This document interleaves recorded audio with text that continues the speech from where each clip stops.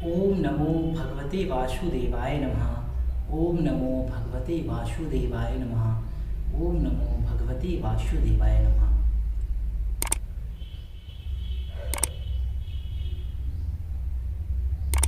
राधे राधे, जय श्री कृष्णा, जय साईं राम। स्वागत आप सभी का आपके अपने चैनल, आपके अपने परिवार पे। मैं हूँ राम गुप्ता। हर दिन की भांति आज हम साईनाथ महाराज को बाबा की द्वारका माई में श्रीमद् भागवत वृहद सचित सुख सागर के द्वितीय स्कंद का 5वां अध्याय साईं आपको सुनाने जा रहे हैं। ये महाकथा बाबा आप सुन रहे हैं।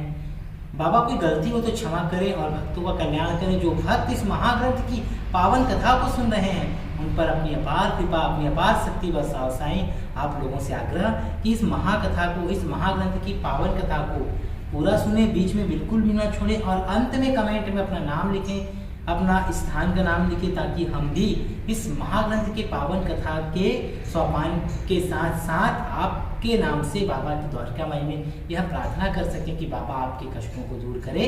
अगर आप लोगों ने अभी तक चैनल को ज्वाइन नहीं किया है तो ज्वाइन कर लीजिए और सब्सक्राइब कर लीजिए, जो कि निःशुल्क है, और बेल आइकन को ऑन करके प्रवेश कीजिए साईं की द्वारका माई में। तो चलिए प्रारंभ करते हैं इस महाग्रंथ की पावन कथा को, जो हमें श्री साईं धाम के संचालक और श्री साईं बाबा के परम प्रिय मानस शिष्य श्री कैलाश चंद्र गुप्ता जी के आदेश पर हम साईं को यह समर्पित कर रहे हैं, सुनाने जा रहे हैं।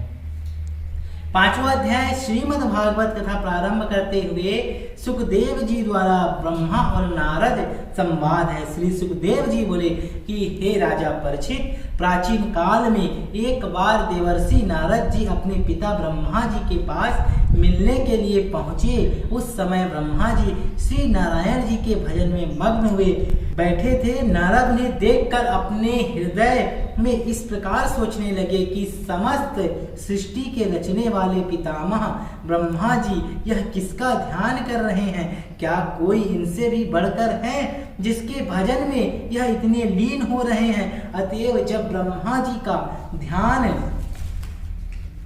छूट गया तब देवर्षि ने उन्हें दंडवत करके पूछा कि हे पितामह, आप यह कहते हैं कि जो जिसके भाग्य में लिखा होता है वही होता है। इधर मैं देखता हूँ कि आप समस्त सृष्टि को रचकर पुनः उसका इस तरह संहार कर देते हैं जैसे कोई मकड़ी अपने मुंह से जाला निकालने के बाद। इस समय आपके ध्यान मग्न होने से मुझे ऐसा प्रतीत होता है कि आपसे भी बढ़कर शक्तिशाली कोई और भी है, जिसके आदेशानुसार आप समस्त सृष्टि का निर्माण करते हैं। अतः आप मुझे उस आदि पुरुष का नाम तथा गुण बतलाने की कृपा करें जिसके कि आप ध्यान में मग्न हो रहे थे।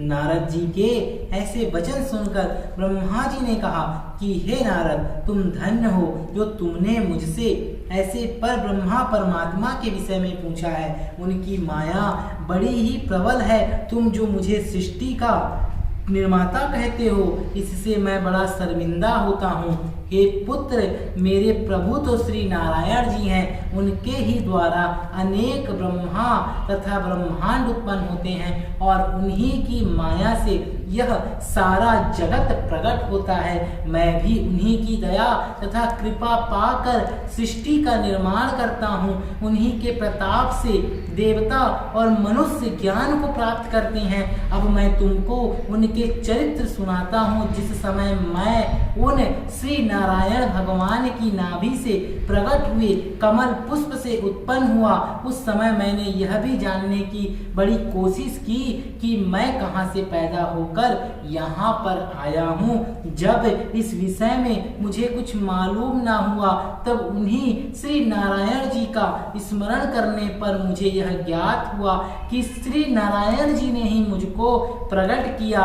ये चंद्र, सूर्य तथा तारागण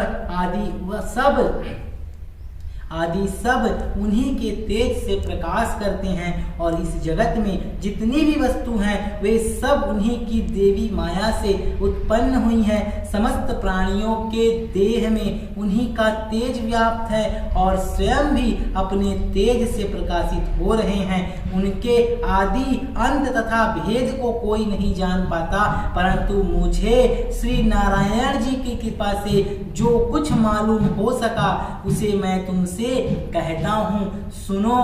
तब श्री नारायण जी की यह इच्छा हुई कि हम अनेक रूप हो जावें। तब उनकी नाभि से एक कमल का फूल प्रकट हुआ और उस फूल से मेरा जन्म हुआ। मुझे देखकर श्री नारायण जी ने मुझको सृष्टि रचने का आदेश दिया। उनका यह आदेश पाकर मैंने अपने हृदय में सोचा कि मैं सृष्टि का निर्माण कैसे कर सकूंगा।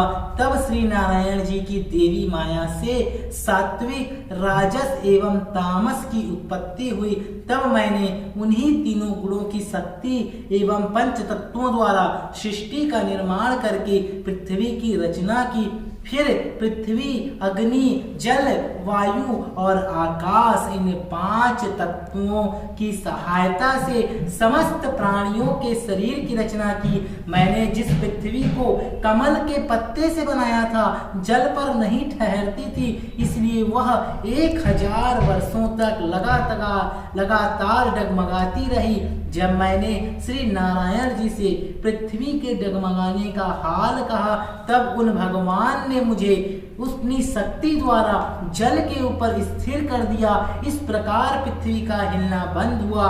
वेदों में लिखा है कि उस विराट स्वरूप के 1000 मस्तक, 1000 हाथ, 1000 चरण, 1000 नेत्र और कान हैं। श्रीमद् भागवत बृहद सचित सुख सागर के द्वितीय स्कंद का यह 5वां अध्याय संपन्न हुआ। हे वासुदेव जी, हे भगवान वासुदेव, हे श्री कृष्ण कन्हैया लाल, हे साईनाथ महाराज, जो भक्त इस महाग्रंथ का सोपान कर रहा है, इस महाग्रंथ की पावन कथा को लोगों में प्रसारित कर रहा, शेयर कर रहा है, उस भक्त के ऊपर अपनी अपार कृपा बरसाओ, उसके कष्ट और संकट को काटो, अपनी शक्ति प्रदान करो, उन पर अपने दया दृष्टि बरसाओ। तो आप लोगों से बस यही आग्रह कि इस महाग्रंथ का अगला अध्याय जो 6वां अध्याय है, हम बाबा को कल समर्पित करेंगे, कल सुनाएंगे। आप सभी इस महाग्रंथ की पावन कथा को जरूर सुने और अपने जीवन में उतारे। भगवान वासुदेव जी आपके जीवन में आ रहे कष्टों को दूर करें। बोलिए भगवान वासुदेव जी की जय। और अभी तक आप लोगों ने चैनल को सब्सक्राइब नहीं किया है